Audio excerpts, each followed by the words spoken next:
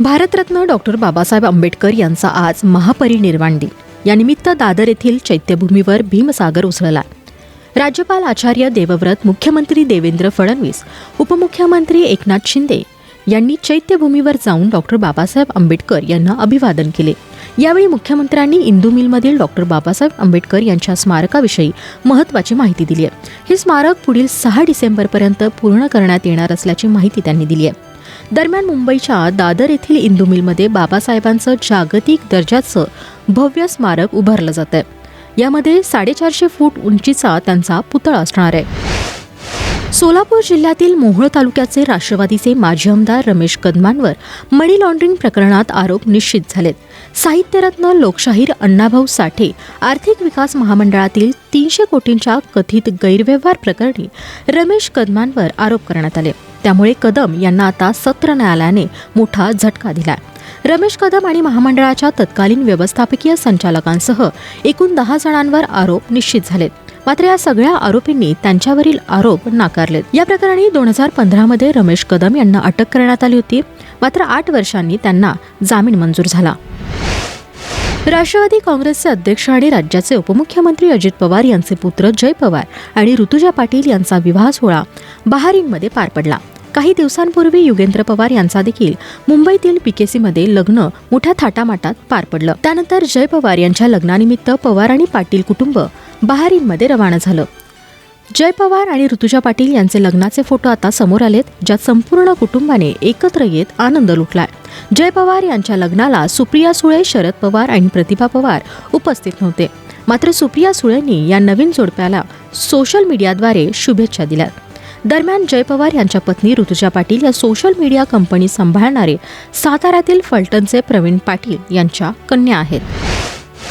गेल्या 3 दिवसात 2000पेक्षा जास्त इंडिगो कंपनीची विमान सेवा रद्द झाल्याने मोठा मनस्ताप प्रवाशांना सोसावा लागतोय.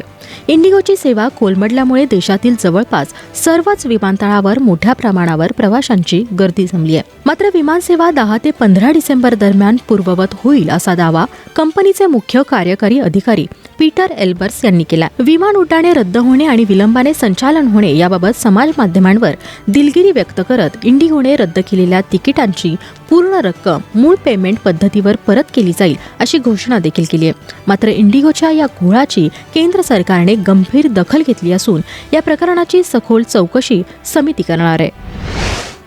अहिल्यानगरच्या जामखेडमध्ये कला केंद्रात नाचणाऱ्या एका 35 वर्षीय नर्तिकेने खर्डा रोडवरील साई लॉजमध्ये गळफास घेऊन आत्महत्या केली आहे. या प्रकरणात भाजपशी संबंधित असलेला संदीप सुरेश गायकवाड याचं नाव समोर आलंय. संदीप गायकवाड हा भाजपचा माजी नगरसेवक आहे. तो लग्न करण्यासाठी या महिलेच्या मागे लागला होता. यासाठी तिच्यावर सतत दबाव आणत होता. याच दबावापोटी तिने आत्महत्या केल्याची प्राथमिक माहिती समोर आली आहे. या प्रकरणी जामखेड पोलीस ठाण्यात संदीप गायकवाड याच्यावर गुन्हा दाखल झाला असून त्याला अटकही करण्यात आली आहे. दुसरीकडे आमदार रोहित पवार यांनी या प्रकरणी काही सवाल उपस्थित केले.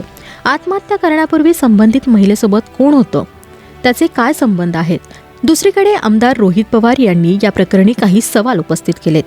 आत्महत्या करण्यापूर्वी संबंधित महिलेसोबत कोण होतं, त्याचे काय संबंध आहेत, त्याला कोणत्या उच्च पदास्थांचा वरदहस्त आहे का आणि त्याच्या कुटुंबातील व्यक्तीने कोणत्या पक्षाकडून निवडणूक लढवली असे सवाल उपस्थित करत सखोल चौकशीची मागणी रोहित पवार यांनी केली आहे. युरोपियन युनियनच्या वादग्रस्त कंटेंट मॉडरेशन कायद्याचे उल्लंघन केल्याबद्दल एलॉन मस्क यांच्या एक्स या सोशल नेटवर्कला 140 दशलक्ष अमेरिकन डॉलर्सचा दंड ठोठावण्यात आला.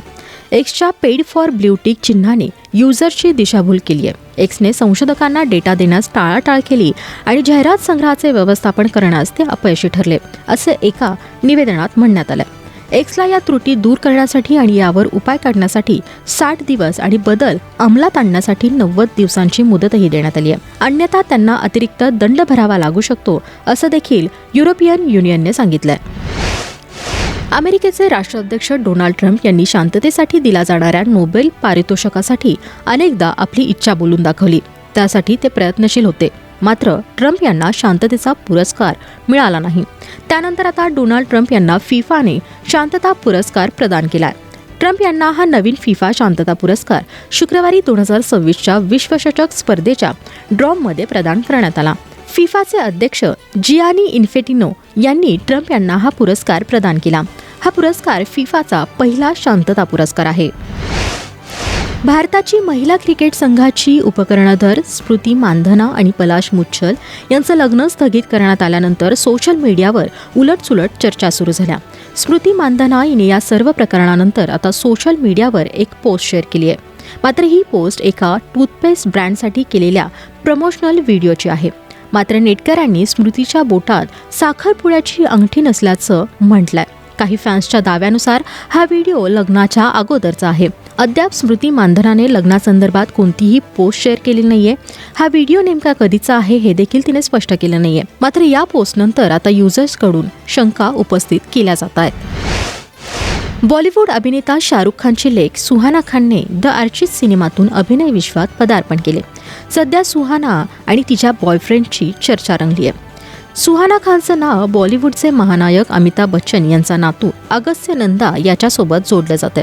द आर्चिज सिनेमात दोघेही एकत्र झळकले होते. तेव्हापासून सुहाना खान आणि अगस्त्य नंदा यांच्या अफेअरच्या चर्चा सुरू झाल्या. आता सुहाना खानने रुमर्ड बॉयफ्रेंड अगस्त्य नंदा याच्यासाठी खास स्टोरी शेअर केली आहे.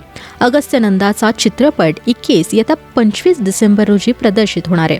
या चित्रपटाच्या निर्मात्यांनी नुकतेच त्यांचे पहिले गाणं सितारे रिलीज केलं. सुहानाने सितारे गाणं तिच्या सोशल मीडिया स्टोरीजवर शेअर करत चित्रपटाला पाठिंबा दिलाय.